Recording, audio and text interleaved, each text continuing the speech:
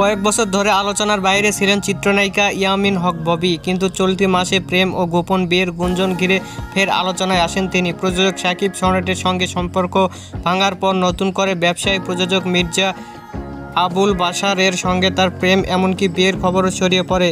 এর মাঝে ফাঁস হয় একটি কল রেকর্ড যা নতুন আলোচনার জন্ম দিয়েছে। ওই অডিওতে বোঝা যায় চিত্রনায়িকা ববি ও বাশারের মধ্যে প্রেম চলছে। সেই সম্পর্কের মধ্যে বেশ কিছু অভিযোগ আনেন ববি, বাশারও কথা কাটাকাটি করেন। তবে চিত্রনায়িকা ববি তার গোপন কথোপকথন বাশারের প্রতি নিজের ভালোবাসার কথাও জানান। প্রায় 3 মিনিটে সেই অডিওতে শোনা যায় ববি ও বাশারের মধ্যে ঘনিষ্ঠ সম্পর্কের কথোপকথন।